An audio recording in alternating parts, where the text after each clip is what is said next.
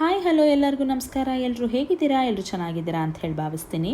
ನೀವೀಗ ತಮ್ಮನೇಲಲ್ಲಿ ನೋಡಿರೋ ರೀತಿ ನಾನು ಸಬ್ಬಕ್ಕಿ ಕಿಚಡಿ ಅಥವಾ ಉಪ್ಪಿಟ್ಟು ಮಾಡೋದು ಹೇಗೆ ಅಂತ ತೋರಿಸ್ತೀನಿ. ನಾನು 1 ಕಪ್ಪು ಸಬ್ಬಕ್ಕಿನ ಚೆನ್ನಾಗಿ ತೊಳೆದು ಅದರಲ್ಲಿರುವಂಥ ಸ್ಟಾರ್ಚ್ ಅಂಶ ಏನಿರುತ್ತೆ, ಪೌಡರ್ ಅಂಶ ಏನಿರುತ್ತೆ ಅದನ್ನು ತೆಗಿತಾ ಇದ್ದೀನಿ. 2 ರಿಂದ 3 ಸಲ ತೊಳೆದು ಅದನ್ನು ನೆನೆಸಿಡ್ತಾ ಇದ್ದೀನಿ. ಸಬ್ಬಕ್ಕಿನ ನೆನೆಸಿಡ್ತಾ ಇದ್ದೀನಿ. ಇದು ನೆನೆಸೋ ಟ್ರಿಕ್ ಏನಪ್ಪ ಅಂದರೆ, ಸಬ್ಬಕ್ಕಿ ಎಷ್ಟಿರುತ್ತೆ ಅಷ್ಟು ನೆನೆಬೇಕಷ್ಟೇ. ಅದಕ್ಕಿಂತ ಜಾಸ್ತಿ ನೀರು ಹಾಕಿದ್ರೆ ಅಂಟಂಟಾಗುತ್ತೆ.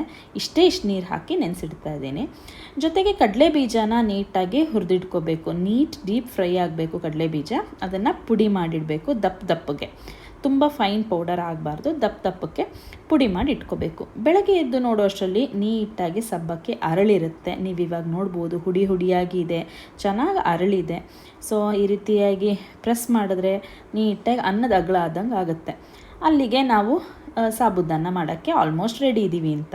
ಇವಾಗ ನಾನು ಏನು ಕಡಲೆ ಬೀಜನ ಪುಡಿ ಮಾಡಿಟ್ಟಿದ್ದಲ್ವ ಅದನ್ನು ಹಾಕೋತಾ ಇದ್ದೀನಿ. ಹಾಗೆ ಒಂದು ಅರ್ಧ ಚಮಚದಷ್ಟು ಸಕ್ಕರೆ, 1-1.5 ಚಮಚದಷ್ಟು ಉಪ್ಪನ್ನು ಹಾಕಿ ಸಾಬುದಾನಕ್ಕೆ ಮಿಕ್ಸ್ ಮಾಡಿ ಇಡ್ತಾ ಇದ್ದೀನಿ. ಯಾಕಂದರೆ ಅದು ಉಪ್ಪು ಹಿಡೀಲಿ ಅಂತ ಹೇಳಿ. ಇದಿಷ್ಟು ಮಾಡೋಷ್ಟೊತ್ತಿಗೆ ನಾನು 1 ಆಲೂಗೆಡ್ಡೆನ ಬೇಯಿಸೋಕ್ಕೆ ಅಂತ ಹೇಳಿ ಇಟ್ಕೊಂಡಿದ್ದೆ, ಅದು ಆಗಿರುತ್ತೆ.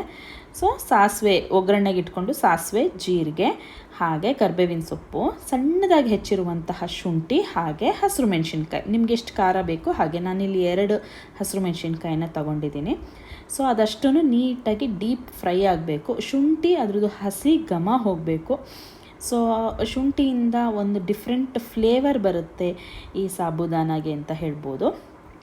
ಸೊ ಇದಿಷ್ಟು ಆಗೋಷ್ಟರಲ್ಲಿ, ನೀಟಾಗಿ ಡೀಪ್ ಫ್ರೈ ಆಗೋಷ್ಟರಲ್ಲಿ ಆಲೂಗೆಡ್ಡೆ ಏನು ಬೇಯಿಸಿಟ್ಕೊಂಡಿದೆ ಅದನ್ನು ಹೆಚ್ಚಿಟ್ಕೊತಾ ಇದ್ದೀನಿ. 1 ಇಂಚ್ ಅಷ್ಟು ನೀಟಾಗಿ ಕಟ್ ಮಾಡಿ ಇದರೊಳಗಡೆ ಒಗ್ಗರಣೆ ಒಳಗಡೆ ಹಾಕಿ ಫ್ರೈ ಮಾಡ್ಕೊಳ್ಳೋ ಅಂಥದ್ದು. ಇದು ಆಗಿದೆ ಅಂತ ಅದ್ರದ್ದು ಘಮ ಗೊತ್ತಾಗುತ್ತಲ್ವ, ಆವಾಗ 1 ರಿಂದ 1.5 ನಿಮಿಷ ಆದಮೇಲೆ ಏನು ಸಾಬುದಾನ ಸಬ್ಬಕ್ಕಿನ ನೆನೆಸಿ ಮಿಕ್ಸ್ ಮಾಡಿ ಇಟ್ಟಿದ್ದೀವಲ್ವ ಅದನ್ನು ತೆಗೆದು ಈ ಒಗ್ಗರಣೆ ಒಳಗಡೆ ಹಾಕಿದ್ರೆ ಅದು ನೀಟಾಗಿ ಫ್ರೈ ಆಗೋಕ್ಕೆ ಸ್ಟಾರ್ಟ್ ಆಗುತ್ತೆ. 4 ರಿಂದ 5 ನಿಮಿಷ ಅಂತ ಇಟ್ಕೊಳ್ಳಿ. ಈ ರೀತಿಯಾಗಿ ಕೈ ಆಡಿಸ್ಬೇಕು. ಅದು ಯಾವುದೇ ರೀತಿಯಾಗಿ ತಳ ಹಿಡಿಬಾರ್ದು.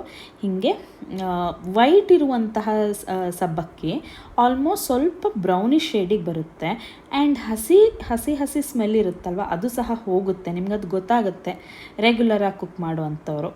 ಸೊ ಸುಮಾರು 4-5 ನಿಮಿಷ ನೀಟಾಗಿ ಅದು ಚೆನ್ನಾಗಿ ಬೆಂದ ನಂತರ ನಾನು ಕೊನೆಯದಾಗಿ ನಿಂಬೆಹಣ್ಣು, ಹಾಗೆ ನಿಂಬೆಹಣ್ಣು ಒಂದು ಅರ್ಧ ಚಮಚದಷ್ಟು ನಿಂಬೆಹುಳಿ, ಹಾಗೆ ಕೊತ್ತಂಬರಿ ಸೊಪ್ಪು ಹಾಕಿ ಮಿಕ್ಸ್ ಮಾಡಿದ್ರೆ ಸಾಬುದಾನ ಕಿಚಡಿ ರೆಡಿ ಆಗುತ್ತೆ. ಬಹಳ ಈಸಿಯಾಗಿ ಮಾಡ್ಬೋದಾದಂತಹ ತಿಂಡಿ ಇದು. ಮತ್ತೊಂದು ವಿಡಿಯೋ ಜೊತೆ ಆದಷ್ಟು ಬೇಗ ನಿಮ್ಮ ಮುಂದೆ ಬರ್ತೀನಿ. ಅಲ್ಲಿವರೆಗೂ ಟೇಕ್ ಕೇರ್, ಬಾಯ್.